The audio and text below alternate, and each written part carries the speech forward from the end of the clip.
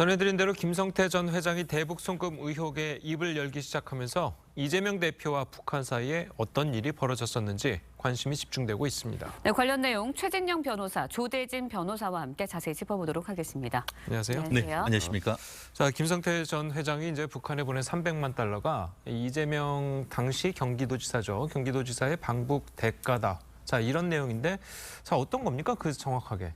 그렇습니다. 실질적으로 2018년부터 19년 전으로 경기지사 당시에 북한과 어떤 그 교류 협력을 위한 절차를 진행하고 있었던 것 같습니다. 그런 가운데 2018년에 아시다시피 문재인 대통령께서 그 북한을 방북했었지 않습니까? 그런데 공교롭게도 그 당시에 지자체단체장으로서는 그 박원순 서울시장과 그 강원도의 최문순 경기지사께서는 갔는데 어떻게 보면 가장 중요한 부분이라고 할 수 있는 경기지사인 이재명 대표가 그 당시에 포함이 되지 않았었던 것이죠. 그렇게 하면서 경기도가 자체적으로 이제 북한과의 어떤 그 스마트팜, 쉽게 말하면 현대식 농장 개량 사업 이런 것들을 추진했었던 것 같습니다. 그와 관련해 가지고 2019년 1월 정도에 지금 그 쌍방울 김성태 회장이 북한에 가서 중국에 가서 북한과의 어떤 인사를 만나면서 거기에서 500만 달러를 지원하기로 얘기를 했었고 실질적으로 2019년 1월 달과 4월 달에 합계 500만 달러를 지원했는데 이번 그 언론 보도를 보면은 그 500만 달러를 지급한 전후인 2019년 5월경에 이재명 그 경기지사가 북한에 초대를 해달라라고 하는 그런 친서를 실질적으로 지금 보냈다는 것이죠. 그러고 난 다음에 이제 2019년 9월 같은 경우, 11월 같은 경우에는 추가적으로 쌍방울 김성태 회장이 북한에 300만 달러를 보냈다라고 해서 합계 800만 달러, 우리 돈으로 한 거의 100억 원 가까운 돈을 보냈다는 것인데요.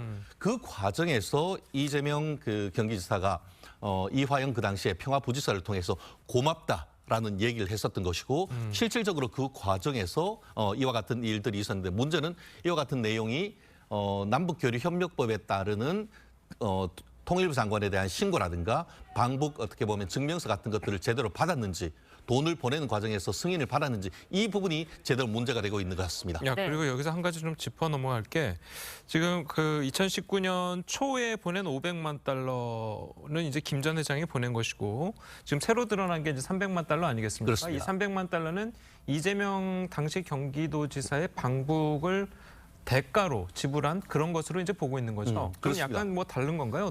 결론적으로 큰 틀에서는 같은 거죠. 결국은 그 쌍방울 같이 기업은 왜 그렇게 하겠죠? 그렇게 대신 그 비용을 대납해주면은 뭔가 이권이 있는 것 아니겠습니까? 그게 직무 관련성과 대가성이 있는 그 부분인 것 같은데요. 결국 그 쌍방울 같은 경우에는 돈을 그 어제 김성태 회장이 그 언론 보도에 보면은 그렇게 큰 돈을 내가 그냥 줬겠느냐, 보험을 들었다. 뭐 이런 취지로 해서 쌍방울 그 김성태 회장이 이화영 그 당시에 이제 경기 부지사로부터 이 대표 그 이재명 그 경기지사에게 이 모든 내용을 보고를 했고 승인을 받았고 나아가 고맙다는 인사까지 받았다는 것 아니겠습니까? 결국 그러한 것은 그 스마트팜 사업과 관련해 가지고 50억이라는 돈을 사실상 그 경기도에서 돈을 나가야 되는데 김성태 회장이 지금 그 중국에서 북한 관계자를 만나봤더니만 왜 이거 돈 안 줘? 라고 하니까 쌍방이 당신들이 좀 대납해 줄 수 없느냐 이런 얘기가 났고 그 얘기가 이제 그 이화영 부지사라든가 이런 사람들과의 어떤 상호 협력 그 얘기를 통해 가지고 그러면 우리가 돈을 대신 대납해 줄게. 대신에 추후에 관련되는 북한과 관련된 교류 협력과 관련되는 구체적인 민간 사업은 우리한테 이권을 달라라고 했다고 한다고 하면은 그 자체가 대가성과 직무 관련성이 있는 것이고 결국 그 부분은 제3자 뇌물이 될 수 있다는 부분이고 나아가서 그 금액이 지금 보면은 처음에 500만 달러, 나중에 800만 그 300만 달러에서 800만 달러가 됐다는 것은 사실 뇌물죄로서는 100억이 넘는 어마어마한 돈 아니겠습니까? 그렇기 때문에 이 부분 같은 경우에는 결국은 이재명 대표와 쌍방울 사이에 어떠한 그 이권과 어떠한 서로 주고받는 관계가 있었는지에 대한 핵심 부분이기 때문에 이것은 뭐 신작 소설이라고 하겠지만 오히려 뇌물죄라든가 어떤 그 변호사비 대납이라든가 이런 부분에 있어서의 동기를 밝힐 수 있는 가장 중요한 핵심이기 때문에 지금 언론에 초점을 받는 것 같습니다. 네, 대북 송금 자금의 대가성 네. 의혹에 대해서도 짚어주셨는데 현재 우리나라 북한과의 관계를 따져보면 대북 송금 자체가 불법 아닌가요? 일단은 여러 가지 법적 문제가 생길 수가 있는데요. 방금 제3자 뇌물죄를 언급을 해주셨는데 예. 만약에 이제 그 김성태 전 회장이 이재명 전 대표, 이재명 경기도지사의 그 필요에 의해서 대북 사업을 대신 대납을 해줬다면 그리고 그걸로 인해서 도움을 받았다면 제3자 뇌물죄가 해당이 될 수가 있고요. 지금 뭐 국제 상황상에도 뭐 비추어 볼 때에도 뭐 유엔 대북제재 관련된 사안에도 위반이 될 수가 있고 그리고 남북 교류협력법도 위반이 되는 사안으로 판단할 수가 있습니다. 알겠습니다. 네, 그런가 하면 그동안 이재명 대표와 김성태 전 회장 서로를 모르는 사이다라고 주장을 해왔었죠. 당시의 발언들 모아봤습니다. 직접 듣고 이야기 이어가겠습니다.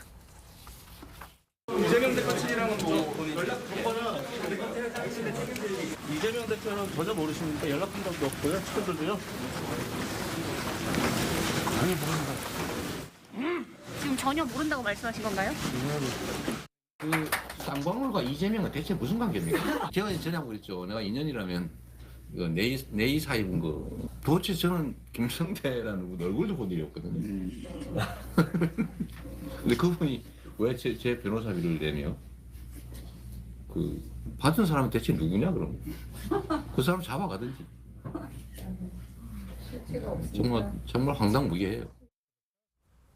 자, 영상에서는 이제 서로를 모른다고 했지만 이재명 대표는 그 이후에 뭐 이야기하는 과정에서 전화 통화는 뭐 했을 수도 있다라고 이제 이야기를 했어요. 자, 그 내용이 김성태 전 회장이 이제 다시 얘기를 했는데 북한 인사를 만난 자리에서 이재명 당시 도지사와 이재명 도지사와 이제 전화를 했고 고맙다는 얘기를 들었다라고 했습니다. 자, 이렇다면 김성태 전 회장이 이재명 대표를 전혀 모른다고 했던 거는 사실이 아닌 건데 말을 바꾸는 거죠, 지금. 그렇습니다.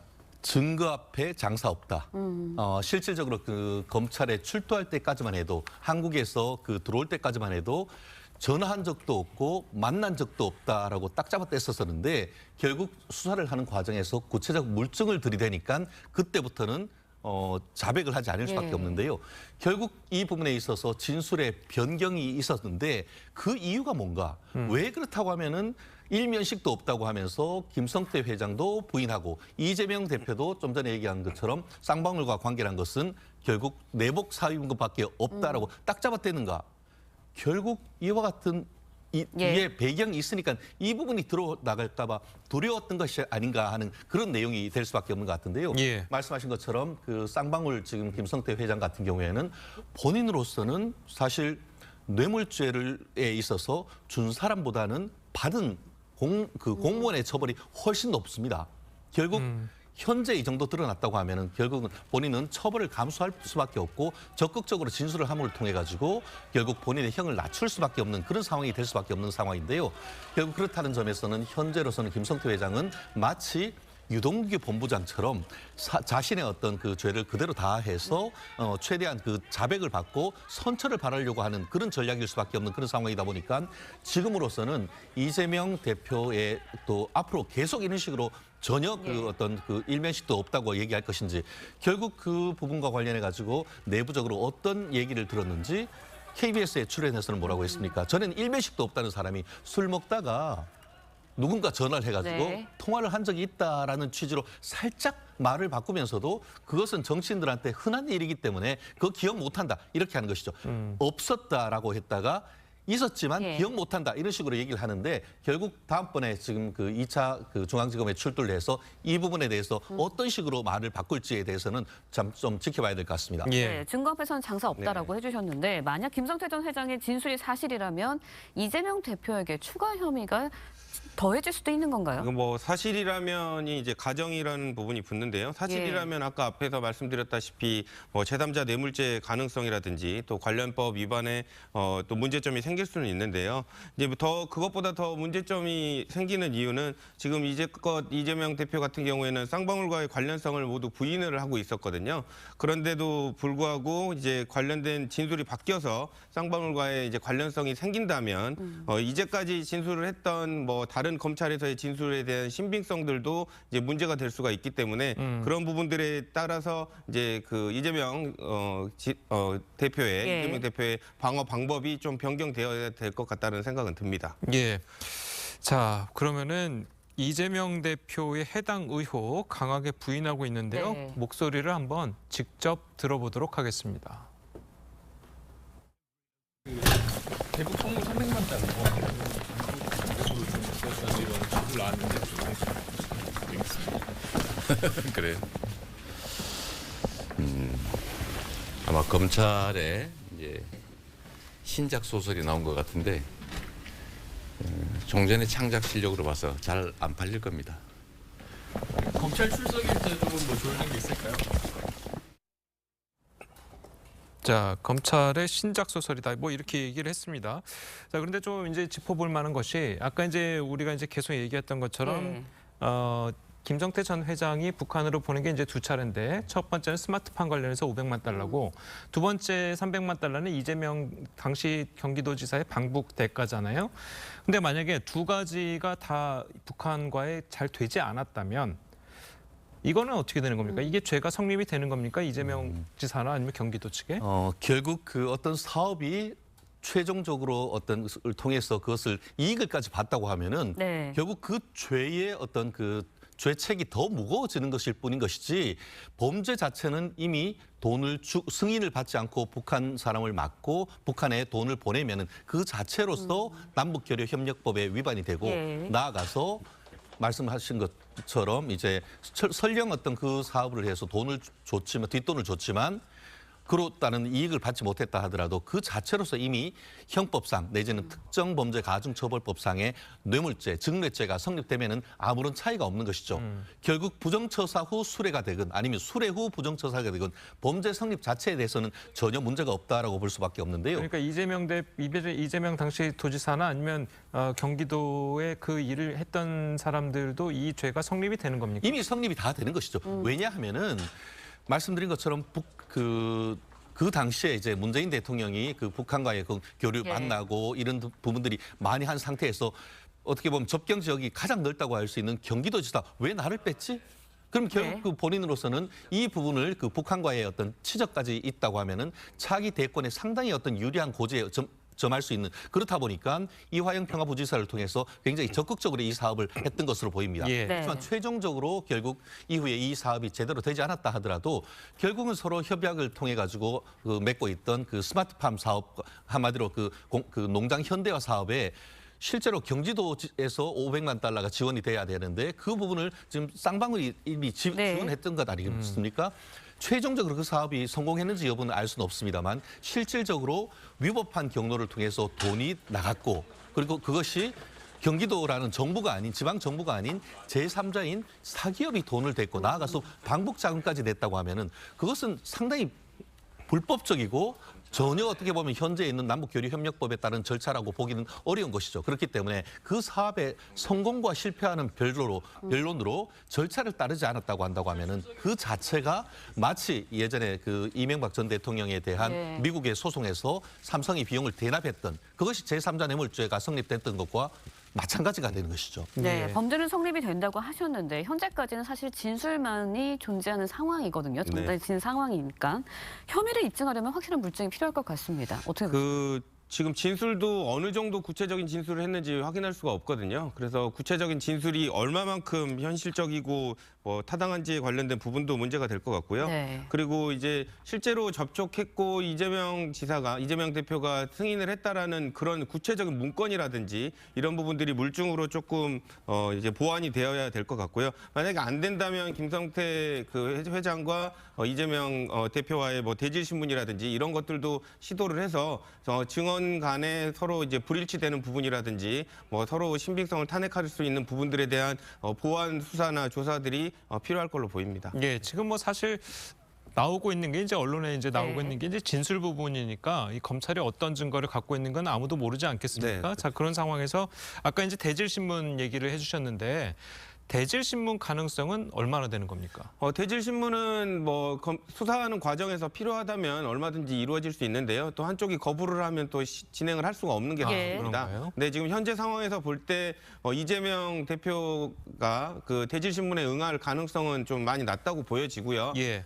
이 대질신문을 진행하는 것 자체가 검찰에 유리한 판을 만들어주는 거기 때문에 거기에 굳이 출석을 해서 여러 가지 신빙성을 탄핵받을 수 있는 진술을 한다는 것 자체가 현실적으로 이루어질 가능성은 많이 없다고 보여집니다. 알겠습니다. 네. 그런 예, 자 이런 가운데 이제 경기도 파견됐던 통일부 직원이 석 달 만에 다시 부처로 복귀한 정황도 이제 드러났습니다. 해당 직원은 당시 경기도가 추진했던 대북 사업에 제동을 걸었다는 것으로 이제 알려지고 있는데, 자 이렇게 되면 이 부분도 좀 수사가 들어가게 되나요? 어떻습니까? 사실 이미 수사는 다 끝났다고 저는 예측을 합니다. 예. 왜냐하면은 결국 그 기존에 지금 그 이재명 대표 같은 경우에는 신작 소설이다. 예. 소설은 뭡니까? 주장은 그 주장만 있지 입증이 없다라는 그런 취지인 것 같은데 결국 검찰이 이 정도의 어떤 이재명 대표를 예. 마지막으로 부른다는 것은 이미 통일부 직원 그리고 그 당시 이 그 남북 교류 협력을 그 담당을 했던 이 경기도 내에 관련되는 공무원에 대한 진술 그리고 압수수색을 통한 관련되는 그 증거를 모두 이미 확보했다라고 보는 것이 합당할 것 같은데요. 말씀하신 것처럼 남북교류협력법에 의해서 필요할 경우에 중앙부처와 지방정부는 서로 인적 교류도 협력을 할 수가 있습니다. 그런데 그 절차 또한 결국 남북 간의 어떤 그 사실상 그 분단이 됐고 나아가서 지금 지난번에 이른바 하노이 노딜 이후에는 네. 유엔 자체에서 북한을 상당히 제재를 하고 있기 때문에 국제법도 준수를 해야 되고 국내에 있는 그 남북교류협력법도 준수를 해야 되는데 통일부에서 나온 사람이 봤더니만 아이고 이렇게 했다가는 이게 남북교류협력법 위반 내지는 국가보안법 위반 이런 부분들이 문제가 될 수 있기 때문에 내부적인 어떤 그 실무적인 그 정부의 의견을 제시를 했었는데 그게 무슨 말이냐라고 하면서 그냥 그 당신은 필요 없어 이런 식으로 해서 실제로 파견된 이후에 3개월 만에 다시 그 통일부로 복귀했다는 거지 않습니까? 그렇기 때문에 그렇다고 하면은 왜 복귀를 했는가? 이 부분에 대해서는 담당 공무원과 인사발령권자에 대한 진술은 벌써 이미 다 돼 있다고 봅니다. 그것을 검증하기 위해서 지금 그 이 대표를 부르는 것인데 그것은 소설과는 다른 것이죠. 결국 어제 한동훈 장관도 뭐라고 했습니까? 이 부분은 형사적인 책임이기 때문에 그것은 증거를 통해서 입증의 문제일 뿐이지 그 이상도 그 이하도 아니다라고 했는 것처럼 단순히 이것이 그 신작 소설, 신춘문예에 당선됐는지 모르겠습니다만 그것이 아니고 이거는 형사 사건이기 때문에 형사 사건으로서의 사건의 실체적 진실을 밝히는데 협력해야 할 의무가 이재명 대표에게 있다고 봅니다. 네, 김성태 전 회장 이재명 대표에 대해서 모른다고 했다가 검찰 진술에서는 통화한 적이 있다고 말을 바꿨거든요. 그렇다면 변호사비 대납 의혹에 대해서도 절대 대납한 적 없다고 이야기를 했지만 이 진술도 번복될 가능성이 있다고 보십니까? 일단은 지금 얼마나 검찰이 구체적인 증거를 가지고 있느냐에 따라서 좀 달라질 것 같습니다. 실제로 지금 진술이 번복된 부분에 있어서는 이재명 그 대표에게는 되게 불리한 상황인데요. 지금 변호사비 대납에 관련돼서도 검찰이 지금까지는 숨기고 있고 언론에는 안 밝히고 있었던 증거를 조사하는 과정에서 또 꺼낼 수도 있거든요.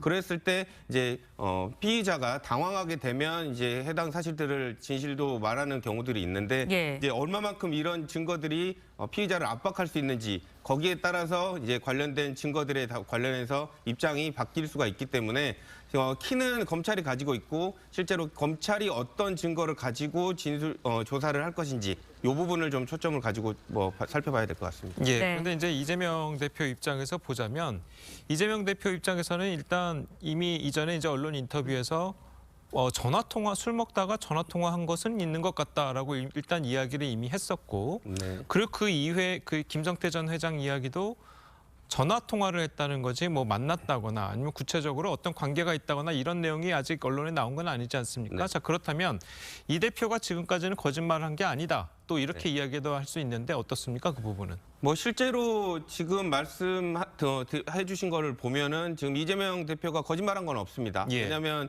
그 진술이 뭐 만났다라는 네. 그 물증이 나온 것이 아니기 때문에.